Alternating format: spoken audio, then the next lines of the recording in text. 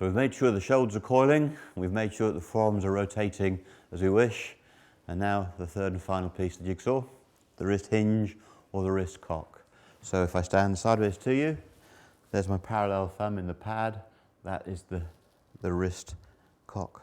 So if I hit the shot with no wrists, the ball goes low. So here's a fairly full swing, but no wrist hinge.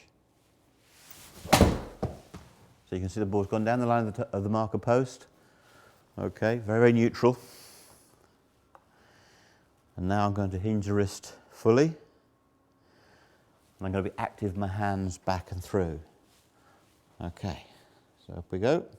Hinge and rehinge quickly.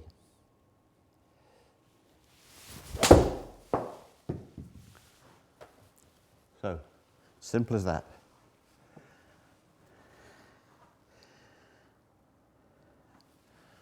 Now remember, wrist hinge will help your accuracy. If I swing back with no wrist hinge, my forearms are dominant and I can easily hit a draw or a pull or a rolling pull. Okay? So, a backswing with no wrist hinge would tend to be a bit flat. The same backswing with wrist hinge would tend to be in a better plane. Now, the swing is an arc, so the club comes to the ball, strikes the ball, and the club exits left. Not only that, the club face is rotating with draw spin probably. And if we hit that shot with the wrist hinge, then the ball starts at 11 o'clock and draws. However, if I go there and then cock my wrist, can you see I'm back down the plane line? So that's what the club wants to do without wrists, but with the wrist, the club continues down the line. So you'll notice in Colin Montgomery's swing and Tom Watson's that at the end of the swing, there's a full element of wrist hinge. And it's also worth looking at Rory McIlroy's swing as well. Rory's a wonderful golf swing, but you'll see at the end of the swing, his wrists are fully unhinged and released. Okay, so it's just a question of choice, really. It's a question of mixing. So I go quarter shoulder, quarter wrist, half a shoulder, half a wrist, 3/4 shoulder, 3/4 wrist, and of course, full shoulder, full wrist. I'm mixing the two.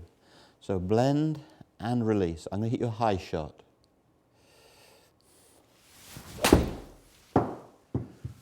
Okay, so if you've got a shot to a flag that's left and the water or big trouble left, your wrists are your best friend. But guess what happens under tension?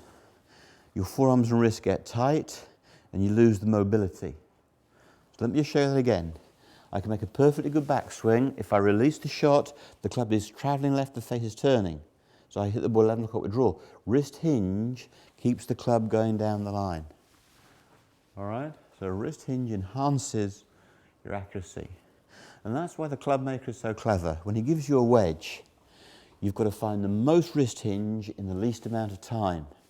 Your swing is like a Ferris wheel, very upright, very short, and very wristy.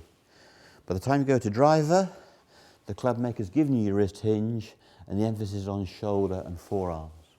So again, it's so important to understand the golf swing is not a groove. The club is morphing from a wedge swing through to a driver swing. It's in a constant change. It's in a constant state of change. Okay, so you hit an even higher shot now. I'm going to work the wrist as early as possible. Hinge wrist early and whip that right hand through. Good.